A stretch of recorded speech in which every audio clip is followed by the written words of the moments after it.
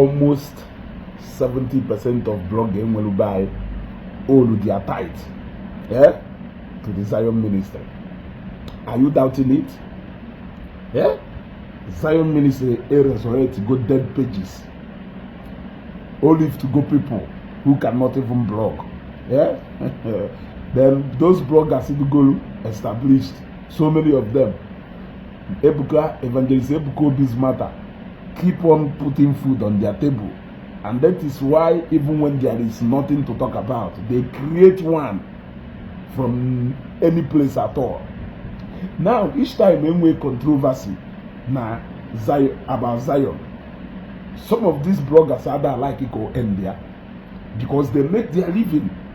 There is no church. Listen to Jesus Christ that they go as a blogger.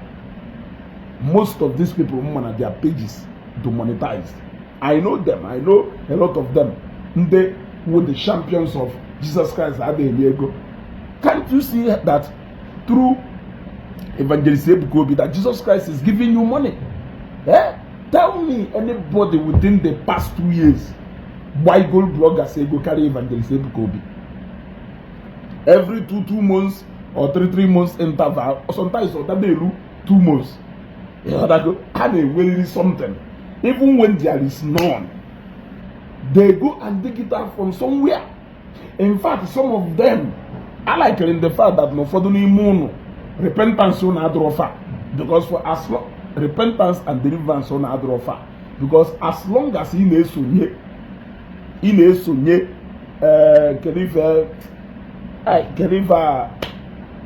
Ebuka Obi na dem na Facebook.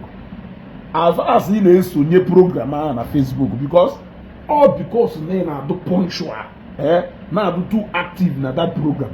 Onya batali ja copy pota videos. E what again na dey post. So ogo say na nchegale yo na nsopota yo adrofa from eba. E what go. So sometimes ofuonwa ga wolu tight get in Zion ministry because na bloggers Zion ministry na go waja. Yeah? Bloggers Zion ministry na go. This is something you don't believe in. Why do you keep monitoring that thing? You monitor. In fact, onye ona na monitor see Evangelist Ebuka Obi go president of Nigeria. Onye ona suppose to read that monitor. Kamali for you. E other go kamali mbo something about bad policy or this thing. Evangelist Ebuka Obi go governor of your respective states. That everybody is now on him like an ego, monitoring him. E other go by monitoring Evangelist Ebuka Obi and correcting him. Economy of Nigeria will become stable. So you cannot deny the fact that the main mention of that name na your page, they create the traffic and you are making money. How dare you now say that Jesus Christ cannot bless you? How dare you say now that Jesus Christ is powerless? Even now, so you owe your tithe of Uzoni to Zion ministry. Make it sure then I put your dues. Here I go. Because imagine I know that controversy end there about Zion. How are you going to feed? Don't look at people like us. I have said it countless times. Facebook are the go.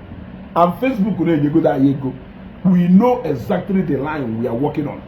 We don't depend on any particular news for us to. You gotta go. We are always on guard. And there's not people like us, Anya. I am worried about you.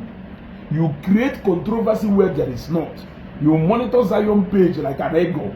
You monitor Zion pages even more than the people who are the actual Zionites. You follow open heaven more than those people who are Zionite and the sympathizers of Zion. Can you feel me? It's short name within them. Yeah?